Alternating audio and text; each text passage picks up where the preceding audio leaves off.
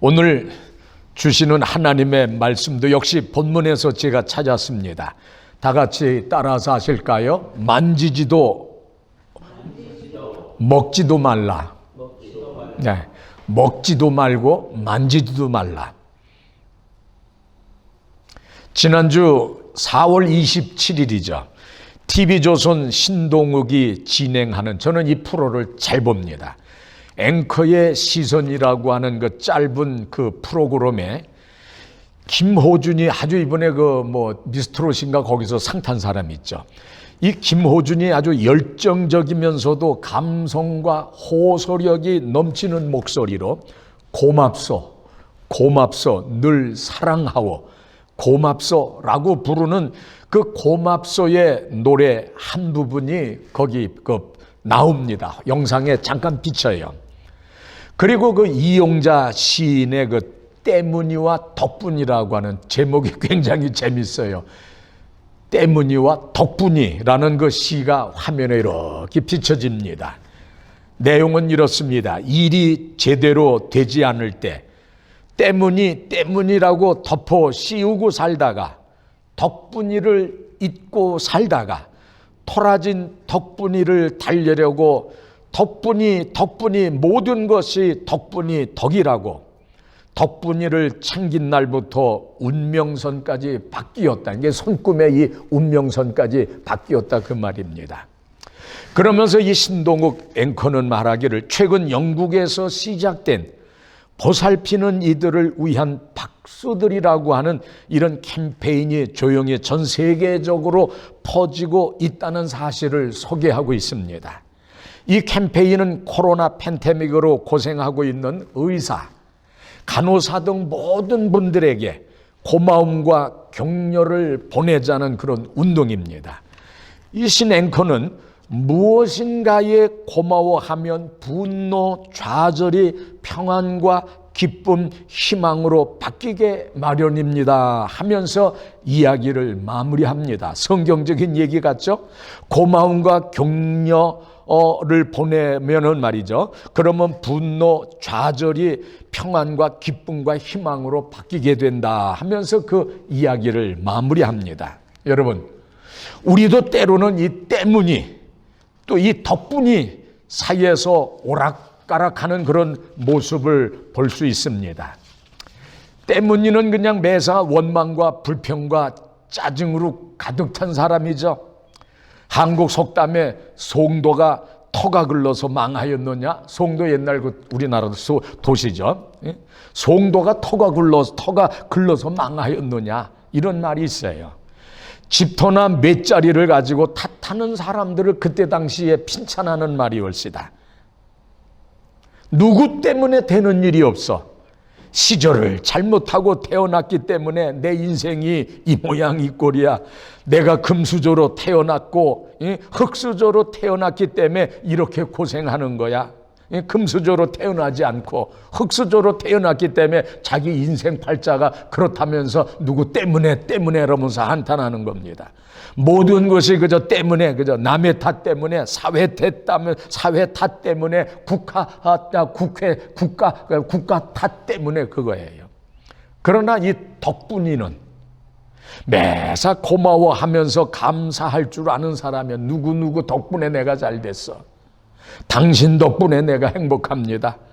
고통과 절망 가운데에서도 건강 덕분에 살아갈 수 있으니 감사합니다. 내가 오늘 이렇게 존재하는 것은 나를 위해서 기도하고 있는 부모님 덕분이죠.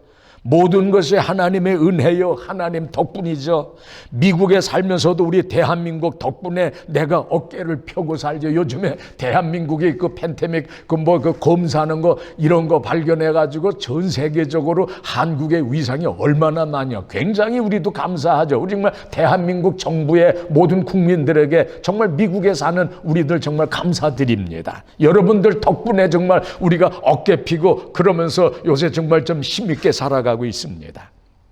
그래서 누구 때문에, 무엇 때문에, 어떤 것 때문에 안달하고 그러면서 불평하는 사람들보다는 당신 덕분에 내가 삽니다.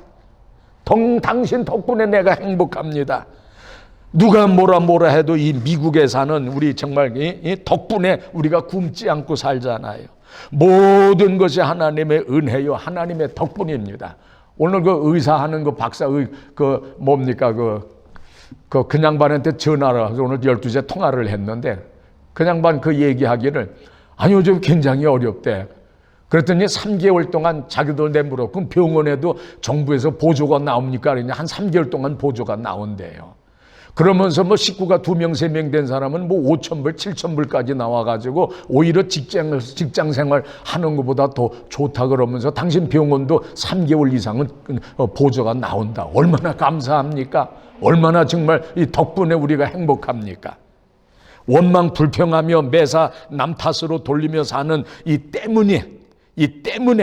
때문이는 그의 삶 속에 하나님이 없는 사람이라고 저 얘기하고 싶어요. 그러나 매사 긍정적이면서도 적극적이면서 냉수 한 그릇을 떠놓고도 감사하면서 아멘 하는 이 덕분이는 하나님을 모시고 사는 사람들의 모습이라고 저는 그렇게 말씀드리고 싶어요. 자, 오늘 제가 창세기 아담에 대한 하와에 대한 이야기를 했습니다. 이제 시작하겠습니다. 첫째, 아담과 하와가 에덴 동산에서 지은 죄의 결과는 이 땅의 가시덤불과 엉겅퀴가 무성하게 됐고 그 원인은 그 이유는 마귀의 유혹을 물리치지 못하고 넘어갔기 때문에 그렇다는 겁니다. 참 어려운 말입니다만은 이 칼발트 같은 사람은 교의학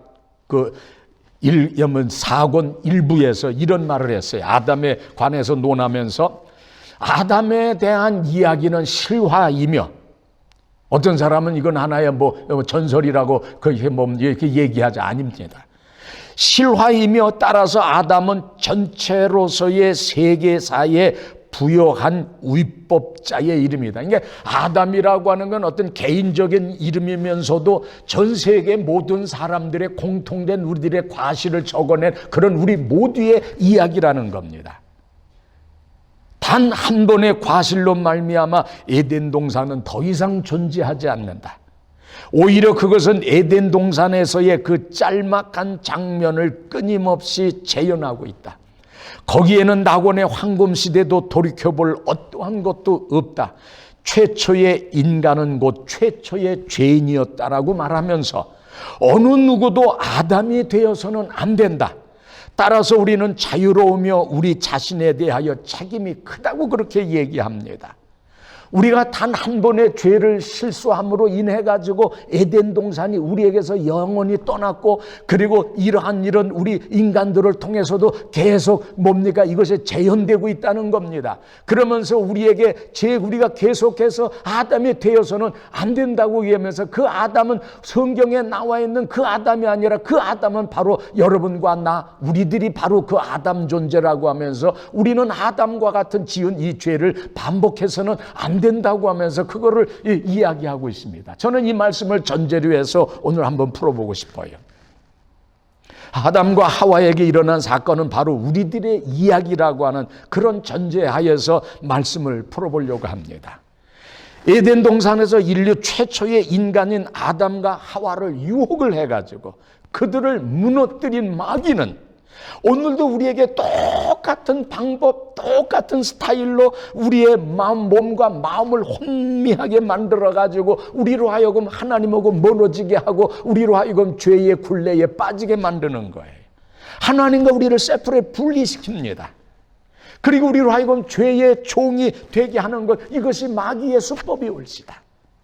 마귀가 하와와 우리들에게 살며시 접근해가지고 미끼를 던집니다. 하나님이 너희들은 이 동산에 있는 나무 열매는 하나도 따먹지 말라고 했는데 그것이 정말이냐? 이런 질문에 하와가 대답합니다. 아니, 하나님께서는 이 동산에 있는 나무 열매는 무엇이든지 마음대로 따먹되 죽지 아니하려거든 이 동산 한가운데 있는 나무 열매만은 따먹지도 말고 만지지도 말라고 했지. 이 마귀란 놈은 사람의 마음을 꿰뚫어보는 그 고도의 심리학과 최면술의 대가입니다.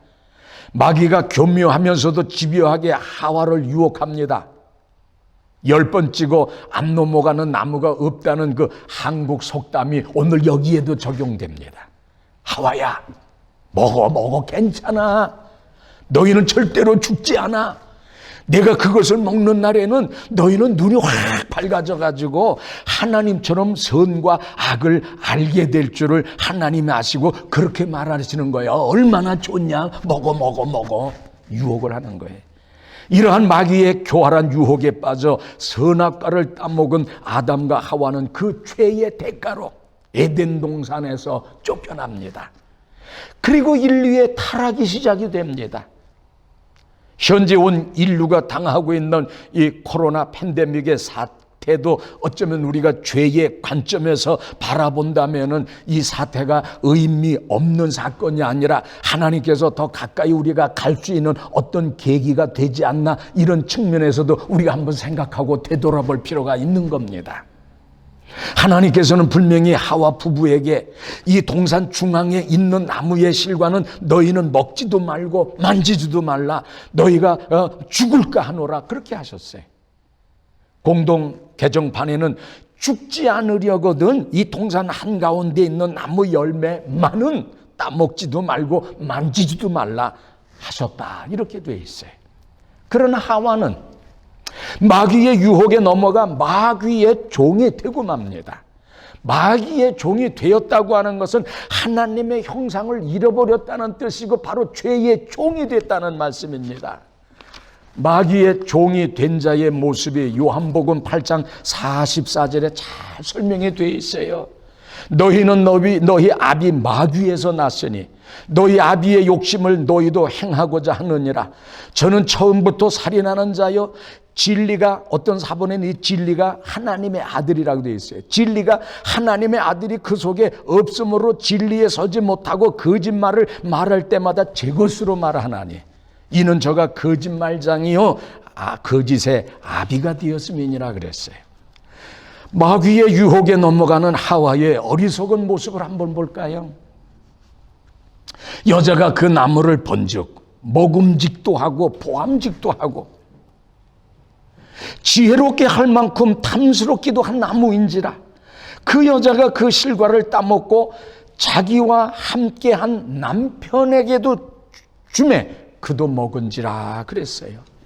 성도 여러분, 이 세상에는요 그저 먹음직도 하고요 보암직도 하고요 지혜스럽게 할 만큼 탐스럽기도 한 것들이 동서남북 그냥 각처에 너무나 널려져 있어요.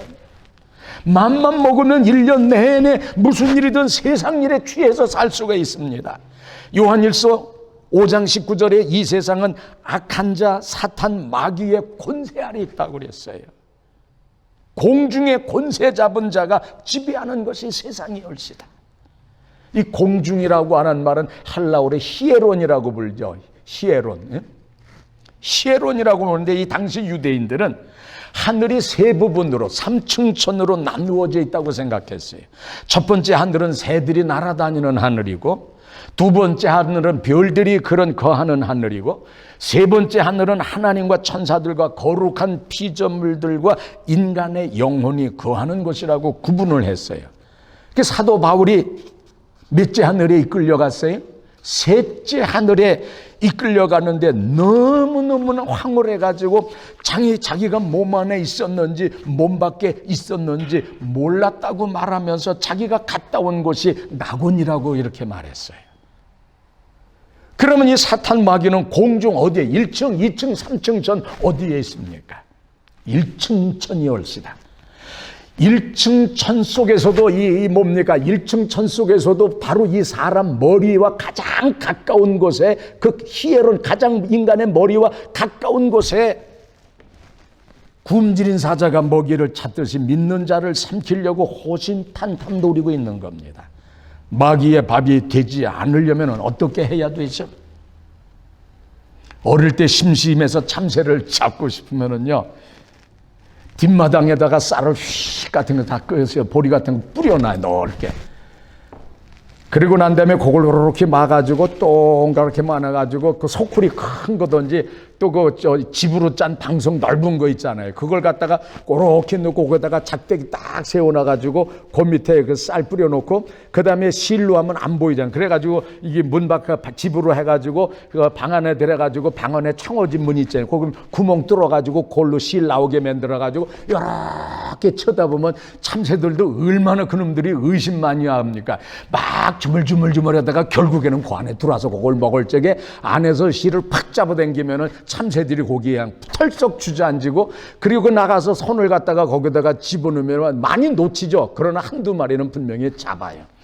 그리고 난 다음에 그 참새를 갖다가 실에다가 다리를 묶어가지고 여러 마리를 묶어가지고 하늘로 날려버리면요. 이 새들이 막 날아갑니다. 날아가다가 툭 떨어져. 왜? 실하고 자기가 자기 다리 실에 그 뭡니까? 다리가 실에 이렇게 매여 있는 걸 몰라. 모르니까 그냥 막 날아가다 그냥 잡아다니면 툭 떨어지고 날아가다 떨어지고 자꾸 그러는 거예요. 똑같이요. 마귀도 죄악으로 붙잡아 매고 있어요. 사람이 아무리 제 힘으로 마귀의 소나기에서 빠져나오려고 애를 써도 빠져나오지 못하고 항상 죄 가운데 있는 것입니다. 죄악의 죄사슬은 예수의 능력이 아니고서는 절대로 끊을 수 없어요. 예수님께 의지하고 그를 따를 때에 비로소 죄악의 사슬이 풀려지고 해방을 받는 것, 자유함을 받는 겁니다. 죄로부터 자유함을 받는 방법 3가지만 오늘 제가 알려드릴게요. 첫째, 예수 안에 거하면 죄로부터 자유함을 받습니다. 아멘이시죠? 요한복음 3장 31절 32절에 너희가 내 안에 거하면 참 내 제자가 되고 진리를 알지니 진리가 너희를 자유케 하리라. 우리가 그리스도 안에 거하게 될 때에 진리를 우리가 알게 돼. 그리스도 밖을 떠나서는 절대로 진리를 알 수가. 예수 안 믿는 사람들에게 아무리 교회 얘기하고 성경 얘기해도 그 사람들 알아듣지 못합니다. 교회 안에 그리스도 안에 있을 때에 그 구속의 진리가 그게 이해되어지는 거예요. 예수의 말씀 가운데 살면 예수를 알게 되고 예수를 알면 모든 죄악에서 벗어나서 해방된다는 말씀이 옳시다. 두 번째, 하나님의 전신 갑주를 입으라고 하셨어요. 에베소서 6장 13절 그러므로 하나님의 전신 갑주를 취하라. 이는 악한 날에 너희가 능히 대적하고 모든 일을 행한 후에 서기 위함이라 그랬어요. 14절 그런즉 서서 진리로 너희 허리띠를 띠고 의의 흉배를 붙이고 16절 모든 것 위에 믿음의 방패를 가지고 이로써 능히 악한 자의 모든 화전을 소멸하고 17절 구원의 투구와 성령의 검을 가지라. 물리칠 수 있는 거예요. 세 번째, 따라서 하실까요? 깨어서 기도하자. 깨어 기도하자. 마가복음 14장 38절 에베소서 6장 18절입니다. 시험에 들지 않게 깨어 있어 기도하라. 에베소서 6장 18절 모든 기도와 간구로 하되 무시로 성령 안에서 기도하고 이를 위하여 깨어 기도하기를 항상 힘쓰며 여러 성도를 위해서 중보 기도하고. 코로나 팬데믹으로 인해서 참 어려운 상황이죠. 답답합니다.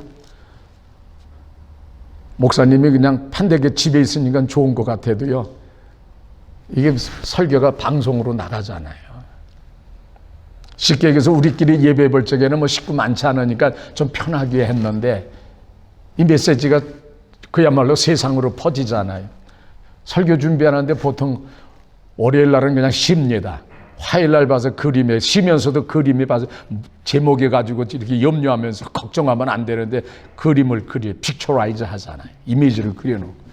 그러면 봐서 화요일 날서부터는 달라붙기 시작하면 목요일 날, 금요일 날 안에 이게 마무리되고 그러면서 녹음이 되는 거예요. 얼마나 우리가 여러분 어려운 상황이 있어요. 그런데 승리하는 비결은 무슨 일이든 간에 어떤 상황에 있든지 간에 좌로나 우로나 흔들리지 아니하고 갈까 죽으면 죽으리라고 하는 일사각오의 믿음을 가지고 예수 안에 거하는 겁니다. 하나님의 전신 갑주를 입는 겁니다. 시험에 들지 않게 깨어 기도하는 겁니다. 할렐루야. 특히 시험에 들지 않게 깨어 기도하라고 하는 말씀은 예수께서 성찬하신 이후에 제자들이 당할 환난과 핍박을 이미 내다보시고 앞으로 너희들에게 견디기 어려운 시험과 환난이 올 텐데 정신 차려라, 담대하라, 기도로 무장하면 승리할 수 있다. 이런 말씀으로 해석할 수도 있습니다. 기도할 때에 여기다가 금식을 하나 더 추가하면 효과는 배가로 늘어날 겁니다. 옛날에 우리 누님이 처녀였을 때에 엄마하고 무슨 트러블이 생기면은요, 방에 들어가서 문 꼭꼭 걸어 잠그고는 며칠 동안 방 안에서 꼼짝 않고 안 나옵니다. 엄마도 처음에 그냥 지가 배고프면 뭐 나오겠지, 뭐 안 나오고 지가 백이나 이러는데 이 뭐 우리 누나가 3일이고 4일이고 안 나오니까는요 힘겨루기 하다가 결국은 엄마가 백기를 들고 방문 앞에서 문고리 잡고 사정합니다. 인수가 우리 누나 이름이 인숙인데 지금 뭐 80이 다 되셨죠. 인수가 나와서 밥 먹어라. 네 원하는 거 다 들어줄 테니까 어서 나와서 밥 먹어. 결국 누나가 엄마를 이깁니다. 왜 이겼을까요? 문 꼭 걸어 잠고 굶어가면서 데모를 하니까 자식 이기는 부모 없다는 말대로 되는 겁니다. 굶어도 이기는데요, 하물며 금식하며 기도하면 하나님께서 우리의 기도를 속히 응답해 주실 겁니다. 아멘. 이사야 58장 6절에 나의 기뻐하는 금식은 흉악의 결박을 풀어주며 멍해의 줄을 끌어주며 압제당하는 자를 자유케 하며 모든 멍해를 꺾는 것이 아니겠느냐, 이렇게 말씀하셨어요. 그렇다고 여러분, 바리새인처럼 사람들이 많이 다니는 길거리에서 사람들 보고 그냥 여바란 듯이 보라는 듯이 하나님이여, 나는 저 다른 사람들과 토색불이 가늠 많은 자들과 같지 아니하고 이 저 세리와도 같지 아니함을 감사합니다. 나는 일회에 2번씩 금식하고요, 또 소득의 11조를 드립나이다.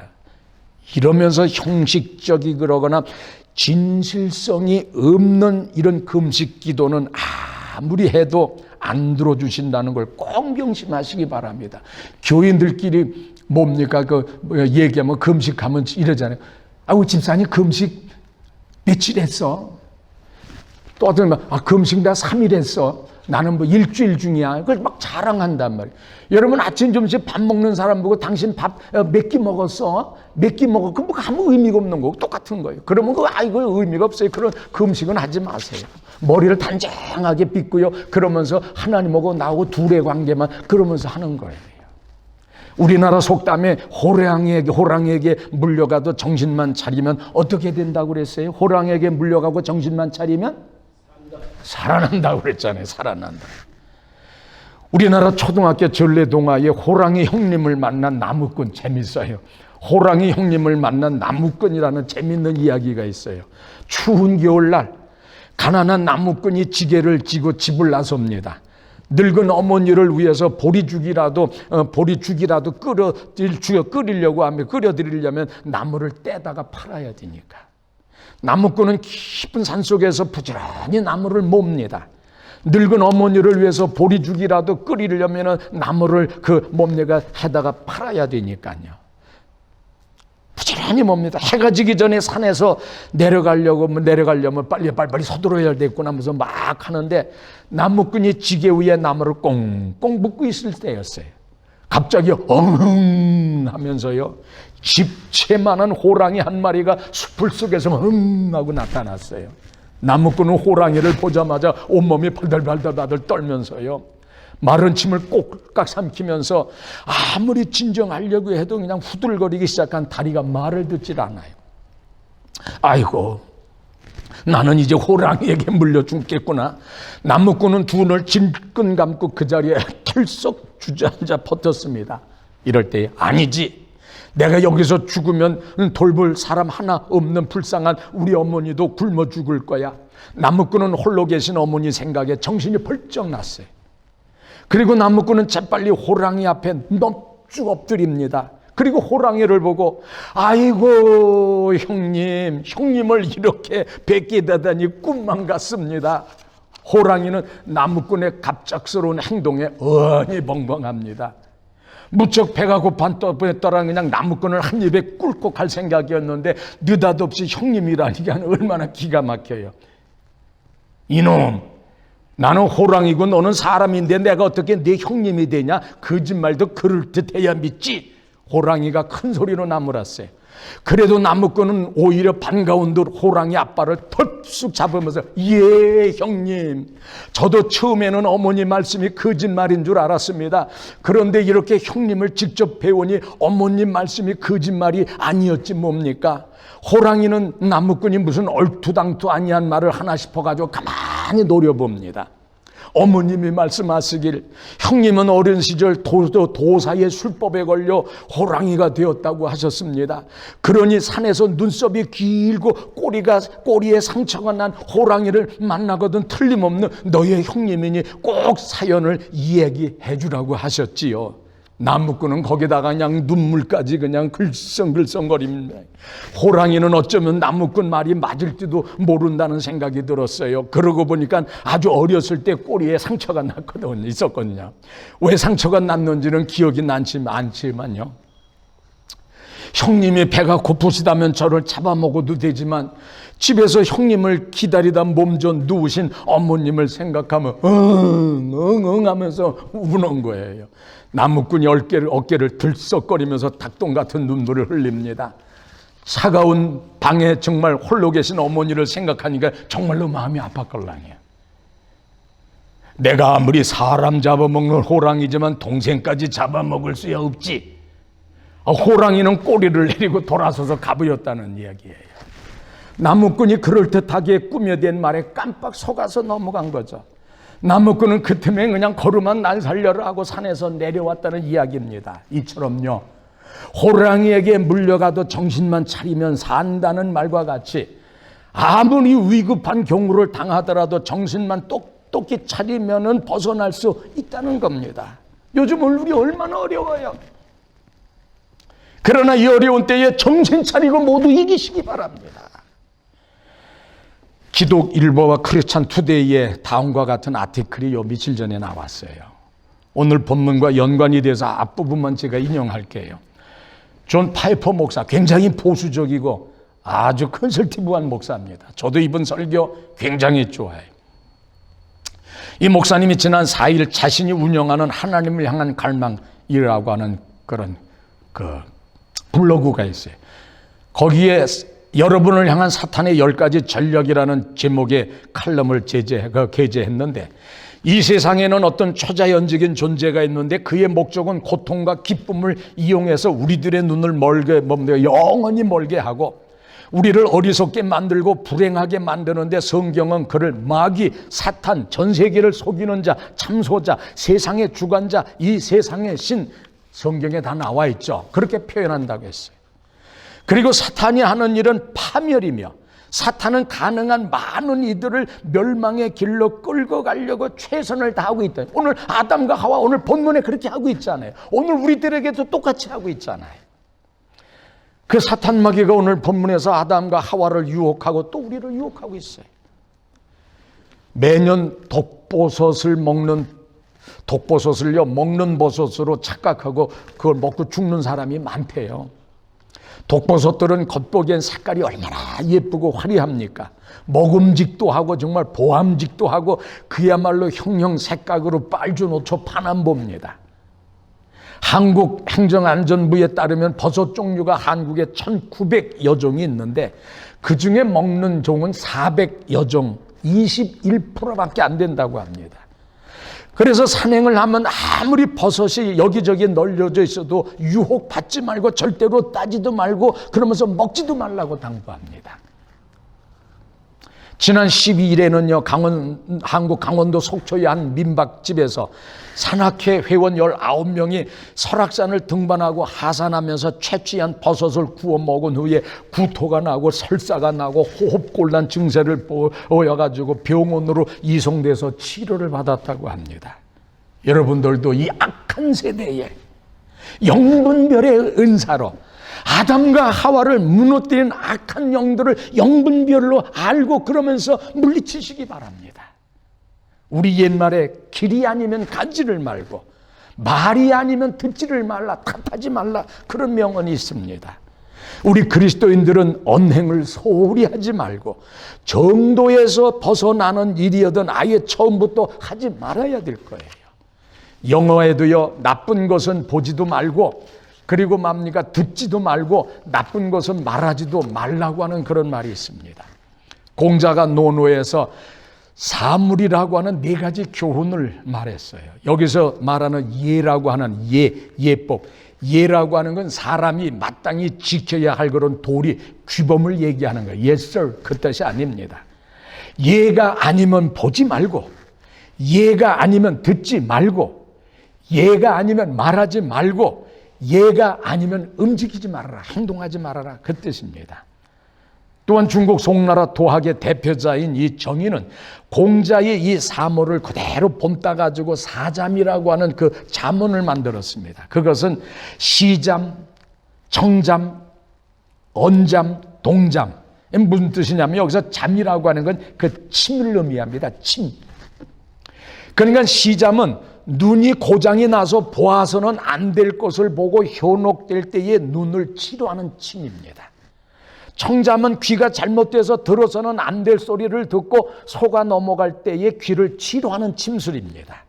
언잠은 혀가 병들어서 도리에 어긋나는 말을 할 때에 혀를 치료하는 침입니다. 동잠은 판단력을 잃고 도리에 맞지 않는 행동을 할 때 올바른 행동을 하도록 고쳐주는 침이 올시다. 바로 이 침은 나는 성령의 침이라고 얘기할 수 있어요. 성령의 침으로 우리가 고쳐야 됩니다. 성인들의 교훈을 예로 들지 않더라도요, 성경은 모든 유혹을 물리칠 수 있는 방법을 우리에게 주셨어요. 에베소서 6장 13절 말씀입니다. 그러므로 하나님의 전신갑주를 취하라. 이는 악한 날에 너희가 능히 대적하고 모든 일을 행한 후에 서기 위함이라 그랬잖아요. 여러분, 아담과 하와가 그 좋은 에덴 동산에서 쫓겨난 이유가 뭔지 아십니까?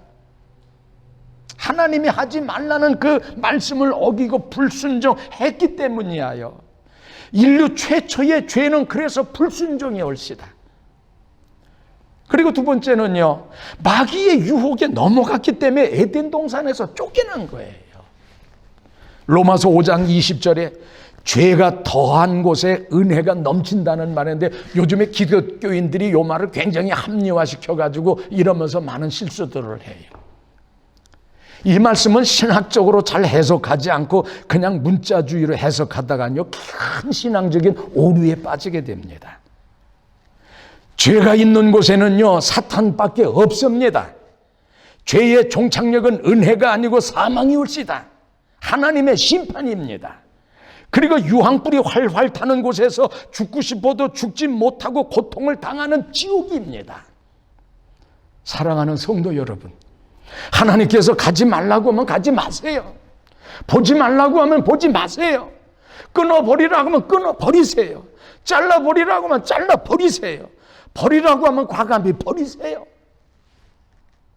아브라함의 조카인 롯의 아내가 왜 소금기둥이 왜 됐나요? 하나님께서 소돔을 떠날 때 절대로 뒤를 돌아보지 말라고 했는데 미련이 남아서, 그놈은 미련 때문에, 미련이라고 하는 말은 오늘 한국적인 이 정서적인 말로는 저는 정입니다. 정 때문에, 그놈은 정 때문에. 다른 욕 표현을 한다면 그놈은 욕심 때문에 소금기둥이 됐잖아요. 미련을 두고 그놈은 정에 얽매여서 욕심을 부리고 욕망을 부리다가 하나님께서 뒤돌아보지 말라고 했는데 그 말씀 명령을 거역했잖아요. 불순종했잖아요. 그리고 결국은 멸망했어요. 소금기둥이 된 거예요. 예수께서 누가복음 10장 62절에 이렇게 뭐라고 우리에게 얘기했어요? 손에 쟁기를 잡고 뒤를 돌아보는 자는 하나님 나라에 합당하지 않다고 그랬어요. 쟁기를 잡고 뒤를 돌아보는 자는 내 죄자가 될 수 없다, 내 백성이 될 수 없다, 그리고 성도가 될 수 없다, 그 얘기. 세상 줄을 여러분 붙들고 그리고 하나님의 제자가 될 수 없다는 말이 옳시다. 여름에 제비 새끼가요, 개미들이 땀을 뻘뻘 흘리고 먹을 것을 저축하는 것을 보고 개미에게 물었어요. 어찌하여 너희들은 쉬지 않고 그렇게 일만 하느냐? 개미가 대답하길 겨울 양식 준비를 한다고 했어요. 그 후 또 제비새끼도 먹을 것을 열심히 모으기 시작했어요. 제비새끼 어미가 그것을 보고 껄껄 웃으면서 말하기를, 야, 우리들은 겨울이 되면 먹을 양식이 풍부한 더운 지방으로 가기 때문에 겨울 양식은 준비할 필요가 없다 그랬어요. 다윗이 전도서 1장 2절에 뭐라고 그랬어요? 헛되고 헛되니 모든 것이 헛되도다 그랬어요. 그리고 전도서 12장 13절에 일의 결국을 다 들었으니 전도서 마지막 결론의 말이 옳시다. 일의 결국은 다 들었으니 하나님을 경외하고 그 명령을 따를지어다, 지킬지어다. 이것이 사람의 본분이니라 그랬어요. 본분이 뭡니까? 사람이 저마다 가지는 그 본디의 본분, 아빠의 본분, 엄마의 본분, 뭐 사장의 본분, 다 그 본분이 있잖아요. 우리도 성도의 본분이 있잖아요. 마땅히 지켜야 될 그 본분이 있잖아요. 목사님, 장로님들, 권사님들, 집사님들 그 본분이 있잖아요. 그 본분을 망각하면 안 되잖아요. 그래서 우리는 그 본분을, 성도의 그 본분, 그리고 교회 크리스찬의 그 본분을 우리가 지켜야 돼요. 그 본분에 어긋나는 일 하면 안 되잖아요. 하나님을 경외하고 그 명령을 지키는 것이 오늘 우리들의 그 본분이 올시다. 왜요? 우리 하나님을 경외하고 그 명령을 지켜야 됩니까? 에베소서 2장 8절에 누구든지 내 죄를 지고 죽으시고 부활하신 예수 그리스도가 첫째, 나의 주이심을 내 입으로 시인하고 두 번째, 마음에 믿으면 세 번째, 구원을 얻으리라. 누구든지 내 죄를 지고 죽으시고 부활하신 예수 그리스도가 나의 주이심을 내 입으로 시인하고 마음에 믿고 구원을 받은 사람은요, 본분을 지켜야 된다고 얘기해요. 성도의 본분을 지켜야 된다는, 하나님을 경외하고 그 명령을 지키는 것이 오늘 우리들의 본분이라는 겁니다. 아담과 하와가 귀가 여려가지고 마음이 약해서 마귀의 꼬임에 빠져 결국 하나님 말씀에 불순종함으로 에덴 동산에서 쫓겨났잖아요. 본문의 이 부르심의 본분을 망각했기 때문에 그런 거예요. 하나님을 경외하고 그 명령을 지키는 그 명분, 그 본분을 뭡니까? 못 지켰기 때문에 쫓겨난 거예요. 우리는 예수께서 흘리신 십자가 보혈의 공로로 죄사함을 받고 하나님의 자녀가 된 사람들입니다. 이제는 뒤 돌아봐서도 안 되고요, 뒤 돌아볼 필요도 없습니다. 고린도 후서 5장 17절에서 뭐라고 그랬어요? 그런즉 누구든지 그리스도 안에 있으면 새로운 피조물이라. 이전 것은 지나갔으니 보라 새 것이 되었도다라고 했고요, 누가복음 5장 38절에는 새 포도주는 새 부대에 넣어야 할 것이니라 했어요. 에덴 동산을 무너뜨린 사탄 마귀는 지금도 왕성하게 활동하고 있습니다. 휴화산이 아닙니다. 활화산이에요. 지금도 타고 있어요. 이사야 1장 2절에 여호와께서 말씀하시기를 내가 자식을 양육하였거늘 그들이 나를 거역하였도다. 참 슬픈 말이에요. 하나님께서 내가 자식을 양육하였거늘 그들이 나를 거역하였도다. 아담과 하와에게 준 말씀만이 아니고 오늘 우리에게 주시는 말씀이 옳시다. 행여나 우리가 정말 하나님을, 우리가 말씀을, 우리 하나님께서는 우리를 죄를 위해서 구원해 주시고 하나님의 백성으로 만들어 주셨는데 우리가 하나님의 그 말씀을 거역하고 있지 않느냐고 얘기하여 우리에게 해당되는 말씀이 아니기를 바랍니다. 에덴 동산을 무너뜨린 사단의 역사는 지금도 하나님과 우리 사이를 갈라놓는 일을 계속하고 있습니다. 이 브루노 같은 신학자는요, 아담과 하와의 이 사건은 죄와 죽음 그리고 심판에 대한 이야기라 그랬어요. 그래서 아담과 하와의 사건을 그냥 일개인의 아담과 하와의 사건으로 보면 안 됩니다. 아담이라는 게 모든 사람의 그 남자를 대표하고 하와는 모든 여자의 그 모든 전체를 복수를 얘기하는 의미도 있잖아요. 그래서 아담과 하와의 사건을 통해서 이거는 죄와 죽음에 대한 심판에 대한 그 프레임을 가지고 전체적인 눈으로 거길 보면요, 죄가 들어있고 거기에 죽음이 들어있고요, 거기에 하나님의 심판이 있는 겁니다. 그리고 결국 이것이 예수가 이 땅에 오시게 되는, 왜 죄의 문제가 해결이 안 되니까 결국에는 이 창세기 때부터 이미 그리스도가 이 세상의 죄의 문제를 해결하기 위해서 예언된 말씀으로 이미 정해져 있는 겁니다. 말씀을 마무리하겠습니다. 에베소서 6장 13절. 그러므로 하나님의 전신갑주를 취하라. 이는 악한 날에 너희가 능히 대적하고 모든 일을 행한 위에 서기 위함이라. 14절. 그런즉 서서 진리로 너희 허리띠를 띠고 의의 흉배를 붙이고. 16절. 모든 것 위에 믿음의 방패를 가지고 이로써 능히 악한 자의 화전을 소멸하고. 17절. 구원의 투구와 성령의 검을 가지라. 마가복음 14장 38절. 시험에 들지 않게 깨어 기도하라. 에베소서 6장 18절.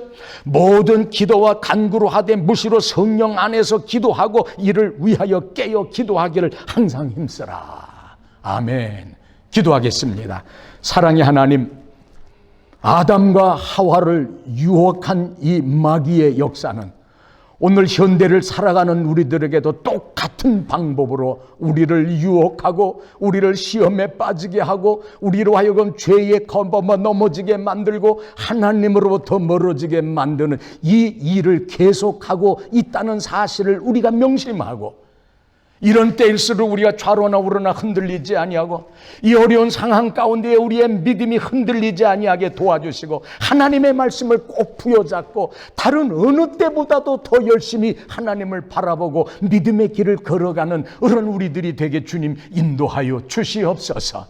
예수님의 이름으로 간절히 기도드립니다. 아멘.